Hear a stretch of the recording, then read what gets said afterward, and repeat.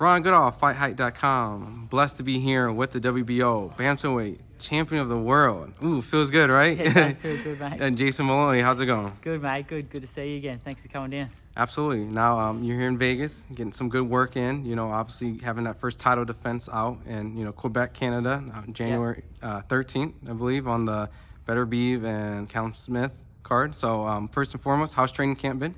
Yeah, it's been good, mate. Yeah, obviously been a bit of a quiet year after I won the belt. Obviously, I won the title back in May and had an injury with my right hand after the fight, so didn't get another fight in for the rest of the year, which was hard. It was pretty frustrating sitting on the sidelines after obviously winning the belt and wanting to keep that momentum running and keep proving that I'm the best in the division. So really happy to finally have this fight locked in January, and training's been great, and yeah, ready to make a statement.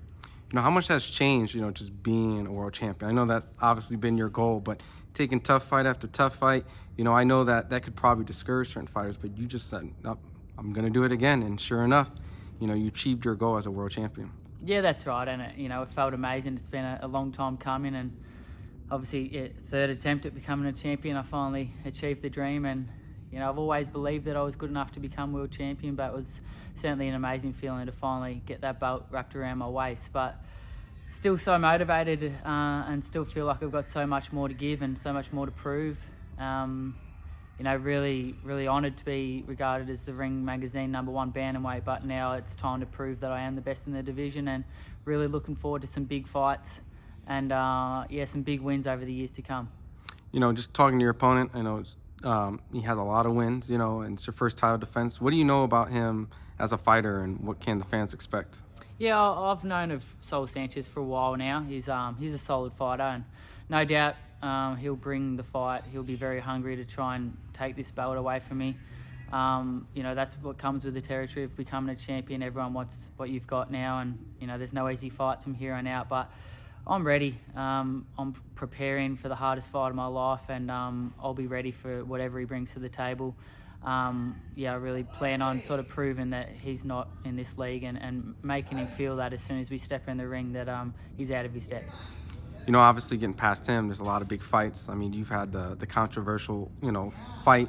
It didn't go in your favor, but Manny Rodriguez, Yep. I know that he has a title. Yep. And seeing that, that Ring Magazine belt is floating out there. And Yeah. I mean, on top of that, you want to right what's considered wrong on paper, but you probably didn't feel like you lost that fight, No, that's right. That's definitely, obviously the full focus is on Sanchez, but yeah, if I allow myself to look forward, that's definitely a fight that I've wanted since 2018. I felt like I won the fight the first time around, but it was close. But I've improved so much since that first fight, and yeah, really, really hungry to get revenge and to fight him for the IBF belt and for the Ring Magazine belt. That'd be a dream come true, because that Ring Magazine belt, that's been a goal of mine for a very long time. So if Rodriguez can be next, that's what I want. Not trying not to look past your opponent, but as media, we always ask, what about this and what about that matchup? Yeah. But, obviously there's other fights in there that could be potentially made. I know Santiago is fighting the opponent that fought your brother, Yep. Nakatani. Nakatani. And just, does that fight also intrigue you? I know you have the Ring Magazine, but, to kind of get the vengeance of, the person that fought your brother, or even a person just coming off a great win, a big one against Nonito Donaire with the name and things like that. Mate, anyone in this division, I'm hungry to get in there and fight, because, as I said, I feel like I'm the best bantamweight in the world, but obviously I've got to prove that, and there's other guys out there that have a bit of hype around them, with Nakatani and Santiago coming off a good win, and then we've also got Takuma Inoue as well. So there's a lot of guys out there in my division that I've sort of got history with, in the sense that I fought Inoue's brother, and now Takuma is a champion. So I love to try and get some sort of revenge there and beat his brother. And take his belt, and then obviously Nakatani with the win that he has over my brother, that I would absolutely love to get revenge for my brother and to beat him and to take his belt and to crush that hype as well. So there's a lot of interesting fights in this division, and I'm really excited for them. First things first, beat Sanchez in impressive fashion, and then go after all these other champions and all the other belts, and to start to unify and prove that I'm the best bantamweight in the world. You know, being a world champion, that's what you did. You traveled all over the place. But would you go to Japan, you know, to make those type of fights happen, you know, from like, Inoue's brother, you know? Yeah, definitely. You know, I'd love to have a big fight in Australia. We tried to make that happen for the first defence, but it didn't happen. But I've always done it the hard way, and I've always been on the road. Most of my fights over the last 5 years have been in America. Love fighting out here, love being out here and preparing out here in the top-ranked gym. But I would love to fight in Japan, anywhere in the world. Yeah, I'm ready to travel, and I think that's what a world champion does. That, you know, they don't just hide in their backyard and bring everyone there. I'm ready to travel the world and fight everyone in their own backyard and to beat them all and prove that I'm the best. Now, I know you mentioned that you learned so much from your previous fights and, you know, just kind of building like a storyline right here. But, you know, anyways, about the fight coming up and at 122.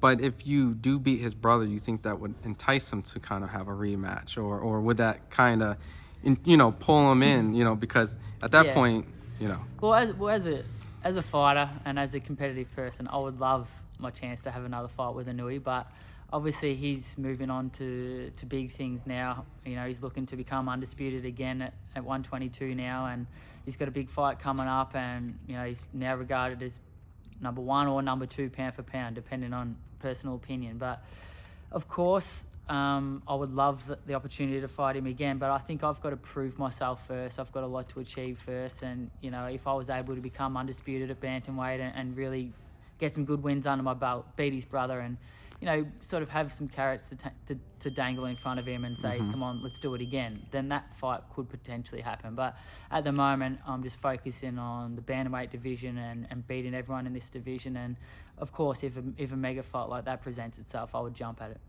You know, I've seen comments, and it's not me, but just reading through some stuff, some people have also felt that, you know, after your last performance that Casemiro probably wouldn't want to get in the ring with you or want to face you. I mean, is that another potential opponent, or is just simply the fact that he just doesn't have a belt? And, you know. Well, he doesn't have a belt, and I think he's at 122. But I mean, I don't duck or dodge anyone. If that's a fight that people want and the opportunity presents itself, then of course I'd love to fight him. You know, he's a good fighter, and he's been in and around my division for a while now. So I've always thought that was a potential matchup. So yeah, mate. Anyone, anywhere, anytime, but obviously full focus at the moment is Sanchez. But certainly some very exciting fights and I'm ready and willing to take them all.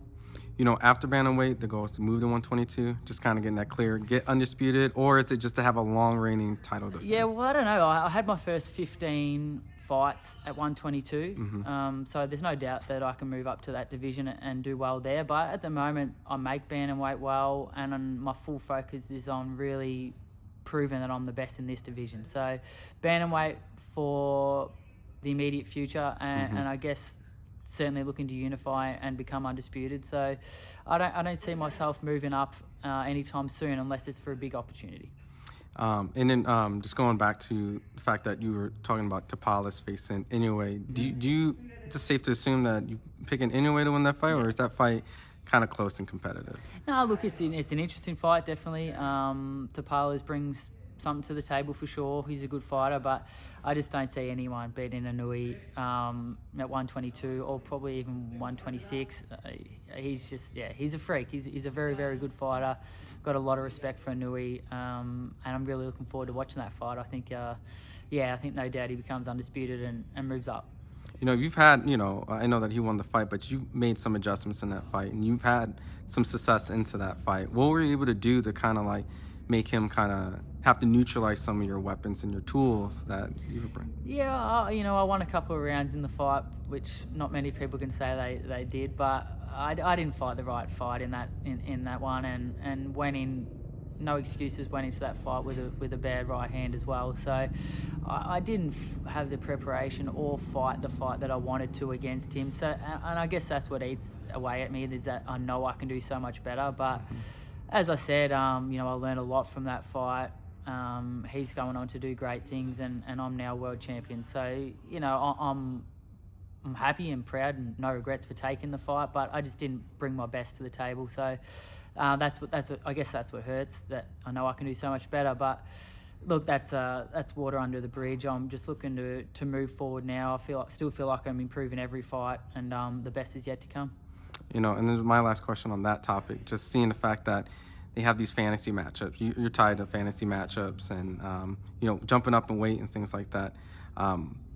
Is 135, 130 too big for like you and Inoue? It's pretty much Gervonta Davis. It's like what I'm bringing up, that the fantasy matchup that people has brought up. Like, is that leap too big? I know you sparred guys, Yeah. Look, I've sparred bigger guys, but there's weight classes for a reason, and I'm a decent sized bantamweight. I can do 122, but 135 is pushing it. I got a lot of respect for those guys up there, but and I'm a true fighter that fights anyone. But there's weight classes for a reason, and 135 is probably a bit big of a jump. Even for like Inoue, because that's what they say. Like, bring on compared to like Pacquiao and Floyd, kind of like. I think Inoue can definitely take care of anyone at probably 126, 130, but I don't know about 135. You start like Loma, a prime example. I think Loma's an exceptional talent. He's an absolute freak. I've shared the ring with him twice in sparring, and I think he's one of the best fighters in the world. But he went up to lightweight, and he was just too small for that division. And unfortunately, a good big man beats a good small man, and he was just giving away too much of an advantage to these bigger guys. And I think that's the case with Inoue. He just doesn't have the frame to move up to probably 135. So I think he dominates at 126 and maybe 130, but there's a ceiling to everyone, and I don't think he can go up to 135. Awesome. And just coming back to you, I know that you're defending your title. How's your brother going? How's your brother doing? Yeah, he's doing great, mate. He just come off a good win 2 weeks ago back home in Australia, and he's looking to rebuild. He's moved back up to number 4 in the WBO, and he's just looking to rebuild and get back in that title picture. He's bounced back well from that defeat. He's hungry for more, and looking forward to seeing what he can do next year as well. Seeing that this fight is more than just a title defense, you're obviously proving that you're the best at bantamweight. Mm-hmm. But, do you also feel there's a competitive spirit in your own country, because they're looking at Tim Tszyu and, you. I mean, I think that might be the debate, like, who's the best Australian fighter currently speaking. Yeah, like, there's always going to be that talk, and I guess I'll leave that up to the public to decide.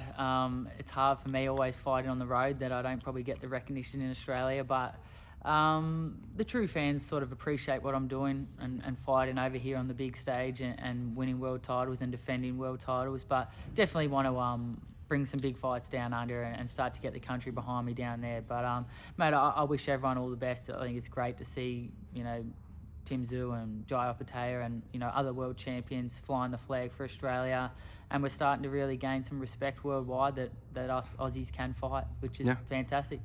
These last couple of years have been incredible, from like Kambosos to Ebony to you to Tim to the list goes on. So I mean, I guess I think there might be a big fight back in your country with Kambosos versus Lomachenko for the IBF.